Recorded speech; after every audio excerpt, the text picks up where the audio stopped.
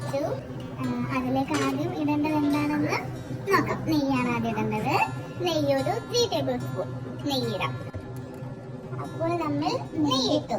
3 സ്പൂണും നമുക്ക് ഇഷ്ടത്തിനനുസരിച്ചിട്ട് നെയ്യിടാം. പിന്നെ നമുക്ക് ഇടേണ്ടത് കാഷ്യൂ ഇടണം.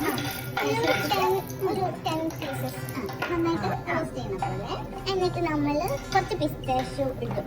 വേണമെങ്കിൽ ഉണക്കമുന്തിരി ഇടാം, ടേസ്റ്റ് അനുസരിച്ച്.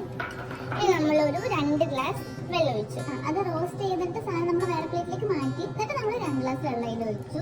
ഇനി അത് കുറച്ച് തിളച്ച് വരുമ്പോൾ നമ്മൾ കുറച്ച് ഏലക്ക ഇടുന്നത്, ഒരു 5 ഏലക്കൊക്കെ ഇട്ടാണ്.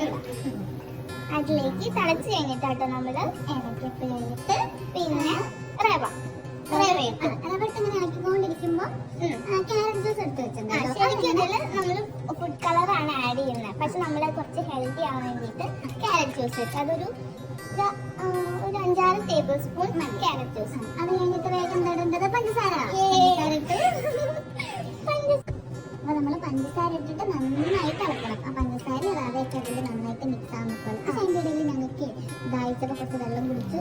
പിന്നെ നമ്മൾ ജപ്പാനിലത്തെ ഒരു സാധനം അടിപൊളി കിക്കാറ്റ് ഉണ്ടായിരുന്നു. അതൊക്കെ ഒന്ന് ടേസ്റ്റ് ചെയ്ത് പിങ്ക് കളർ സ്ട്രോബെറി. അത് കഴിഞ്ഞിട്ട് നമ്മൾ റോസ്റ്റ് ചെയ്ത് വെച്ച കാഷ്യൂ ഇട്ടു. പിന്നെ പിസ്റ്റിട്ട് നന്നായിട്ട് മിക്സ് ആക്കി.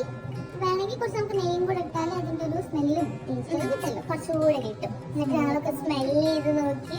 അടിപൊളി സ്മെല്ലായിരുന്നു. അപ്പം ഞങ്ങൾ അതിൻ്റെ ഇടയിൽ വീഡിയോ കൂടെ എടുത്തു.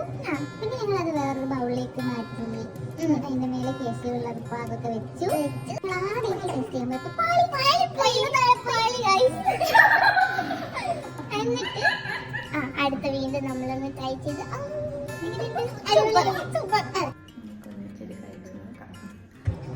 അപ്പൊ ഗൈസ് അടുത്ത വീഡിയോയിൽ ഞങ്ങൾ വീണ്ടും വരുന്നതാണ്. അതുവരെ